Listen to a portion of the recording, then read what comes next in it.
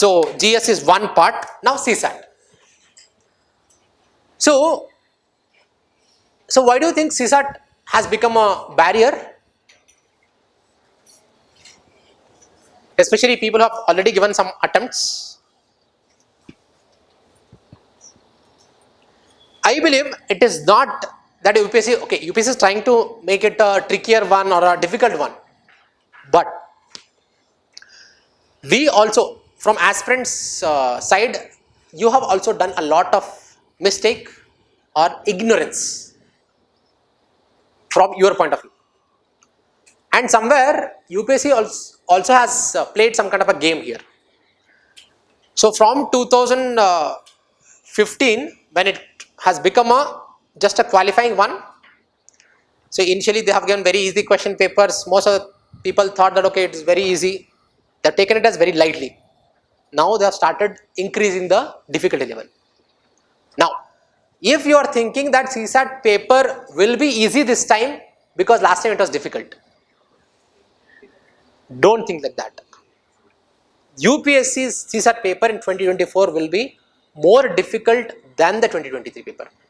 Why I am saying is this, because the kind of questions that UPSC can ask in CSAT paper, it has oceans of different patterns of questions that it might ask, because you have still tougher exams than your CSAT paper of CSE, like CAT exam, like SSC exam.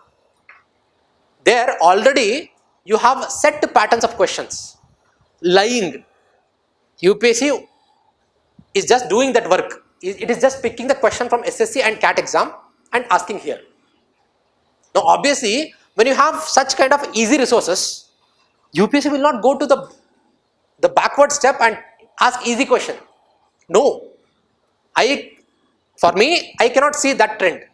I can see the question paper of CSAT will become difficult in the next coming years also. For him, the question paper structure of CSAT, it is just that you pick some question from CAT, change the numbers. That's it. That's it. That is what he is doing.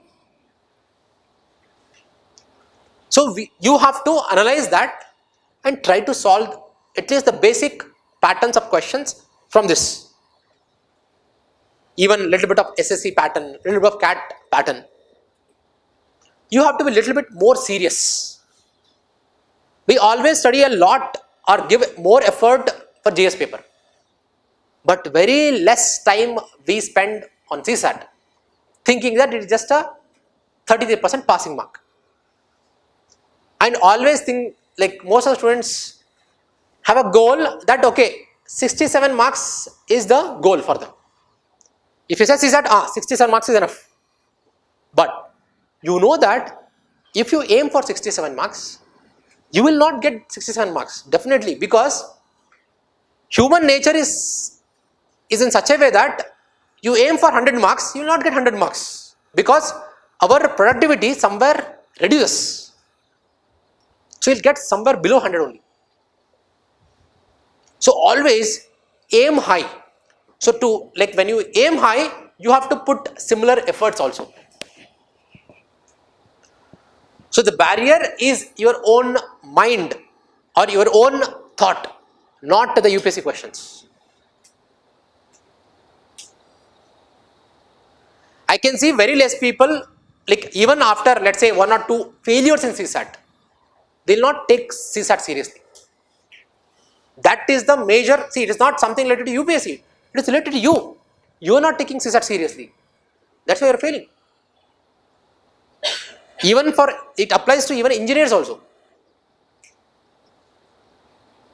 Okay, and here, see, you need to have some certain strategy. So if you see the last year question, they are asking more questions from number system, permutation combination. For my students last year, I told them that permutation combination chapter in 2022, they had asked around 4 to 5 questions. 2023, they increased the number of questions. Some people might have thought that last year 4 or 5 questions, this time maybe similar questions, or they might reduce to make the question paper easier. They have doubled the questions in permutation combination. You see what mindset UPSC has. See, it is not focusing on the people who will take things easily. It is trying to make it difficult because it wants to select people who perform better under pressure. I will give you difficult questions, solve it. It is posing the challenge. You have to put similar efforts. Okay, so just from number system and permutation combination chapter, you had more than 30-35 questions last year. Imagine 30-35 questions. And especially number system chapter questions, you can easily solve if you know the concepts. So it is about the strategy, it is about your mindset. Somewhere your mindset has become rigid. You have to be again humble enough, like a kid, like a school going kid, to learn the concepts, to practice consistently. Don't think that I know everything. You will realize the penalty in the exam hall.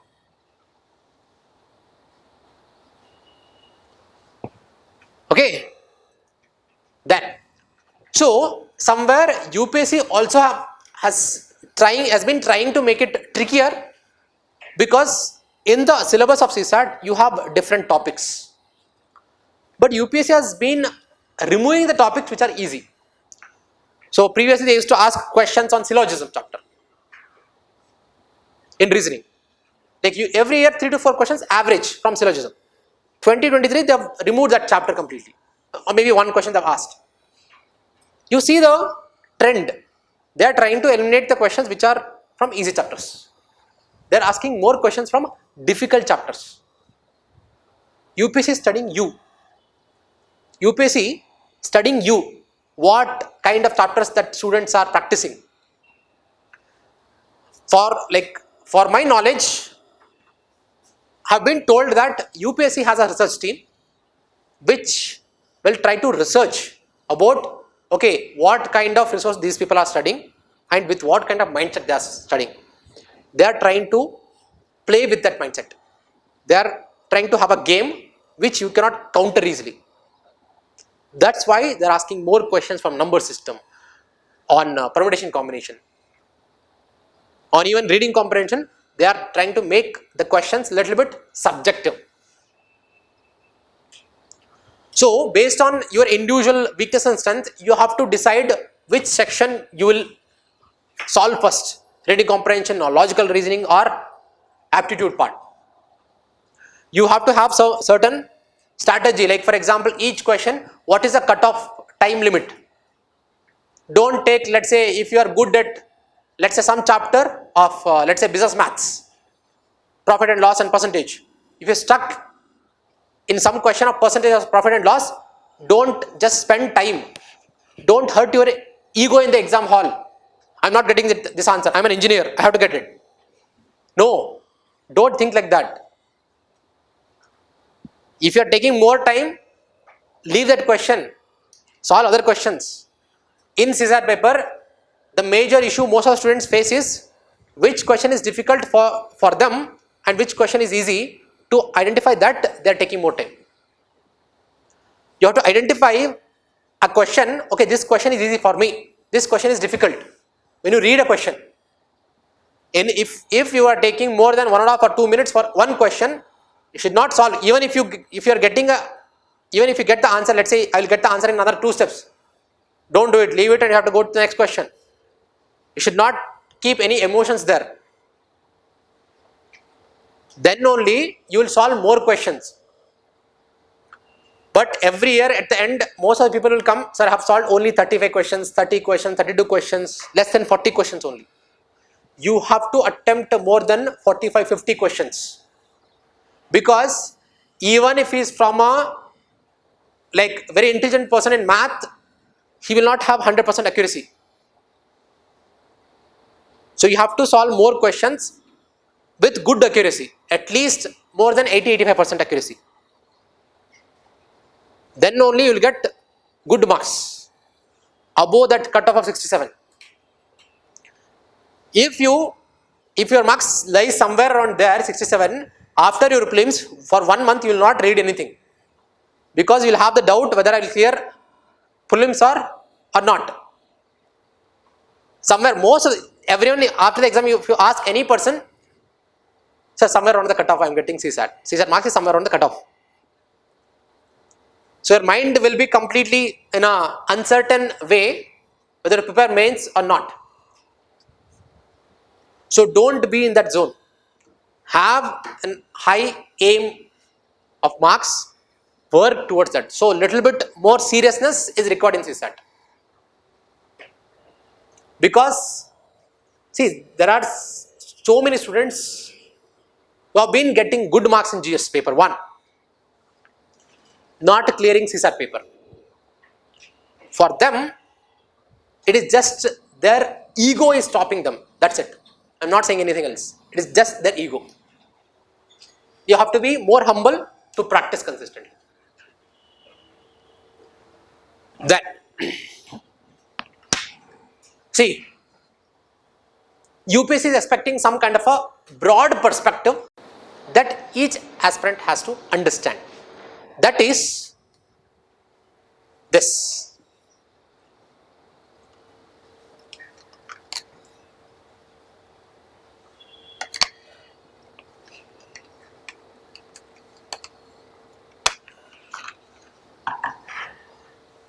See, you don't need an intelligent person to clear this exam. An average person who can do some work consistently without worrying what marks other person has got or how he is performing. In the exam hall, when you get the question paper, everyone will be in an uncertain way, losing their mind. Oh, this question I have not studied. Oh, this I know, but I am in confusion. So those people will be losing their mind. They are not focusing clearly. A person who can clearly focus in the exam hall, who can have that clear thinking consistently throughout those 2 hours, he will sail through this stage. You don't need a very intelligent person to clear this exam or prelim stage. A person who can perform under pressure. So who will not have the issues that you are facing? Everyone will have those doubts whether I'll clear it or not. Everyone's parents will be asking, or even some parents might be doubting also whether my son or daughter will be able to clear this exam or not. Everyone will have the doubt. See, imagine you only have doubt on yourself. Others will also have the doubt. It is common. So do not worry about that. Who can think clearly during that exam time?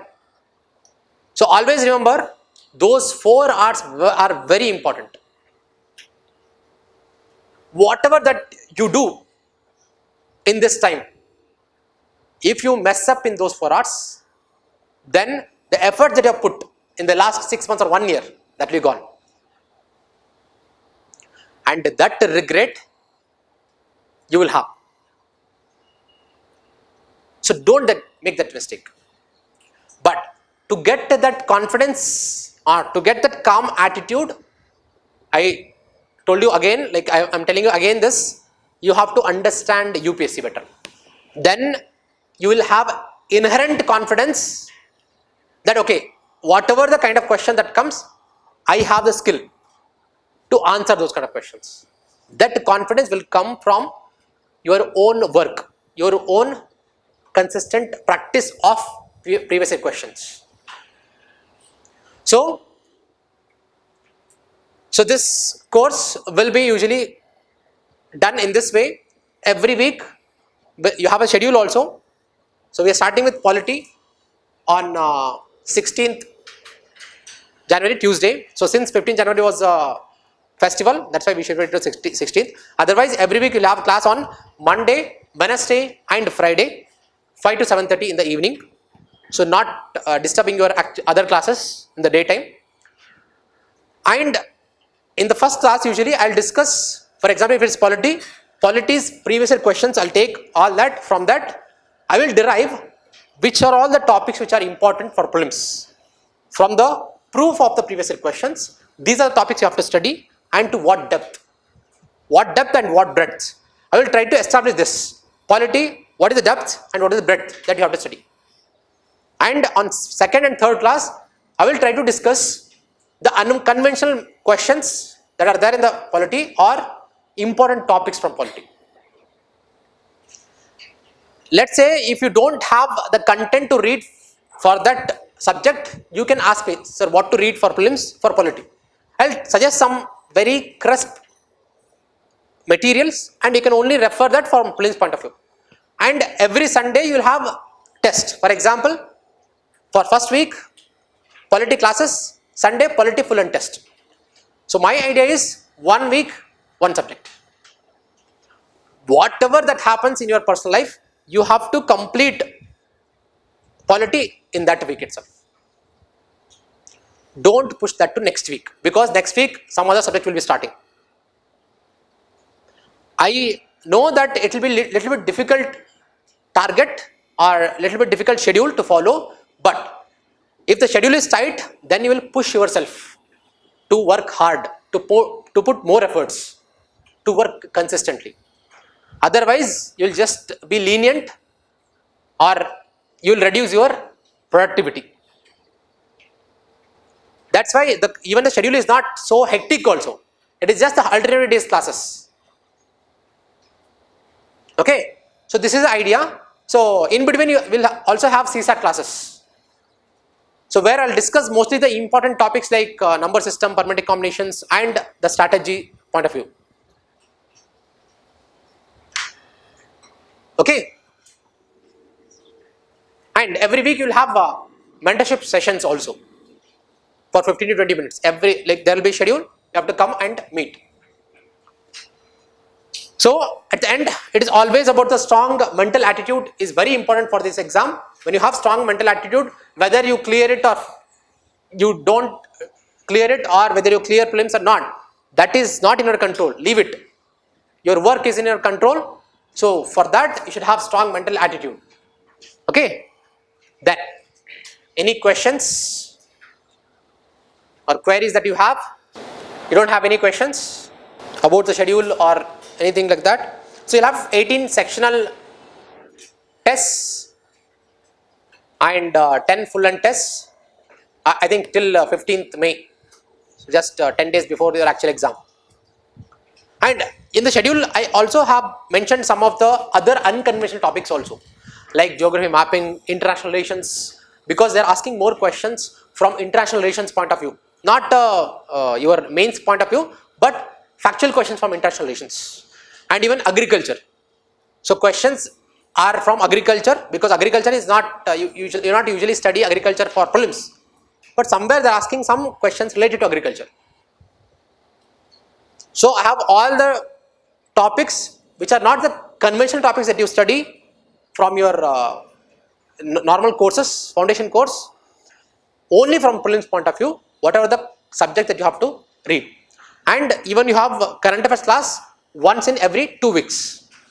So in one class, we'll try to cover 2 months current affairs. Okay, so whatever that you need for prelims, whether it is GS or CSAT, most of the things we are trying to cover it. So it is up to you how you use it.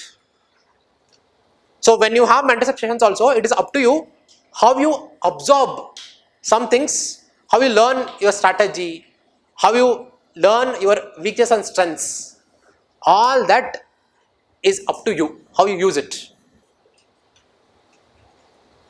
Okay, so for this course, I also need time. That's why I am trying to cover my other subjects in this month itself, so that I'll be free from next month.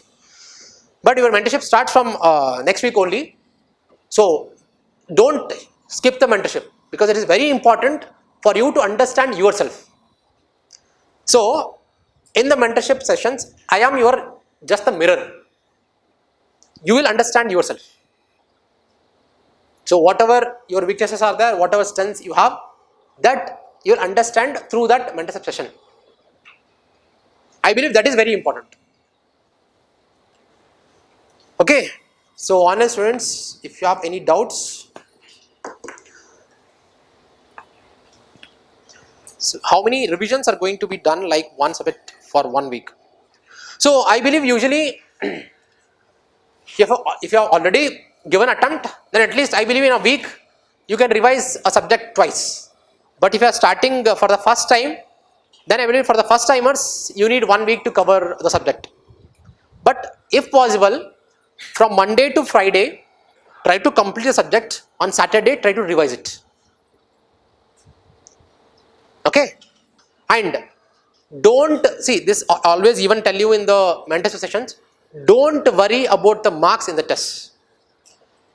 I will never judge a person with the marks in the test. Even I will never judge a person with the marks in the prelims also. But what I am saying is, focus on the improvement. Test after test. What kind of improvements that you are bringing in your attitude, bringing in solving the questions. That is very important rather than the marks. Okay. So try to build your own strategies through tests. Tests are the platforms to identify your mistakes and improve your strategy. Okay. So again I'll tell you, we will try to frame questions similar to UPSC pattern, but I believe we will not reach near to UPSC pattern. Because next year again they might change their pattern also. Okay. So what are the class timings will be from 5 to 7:30 usually Monday, Wednesday and Friday. So that I am giving alternative day gap because for you also you need some time to prepare.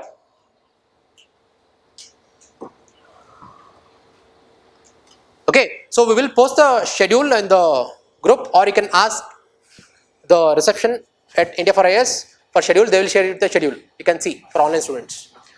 Any other doubts? Okay, thank you.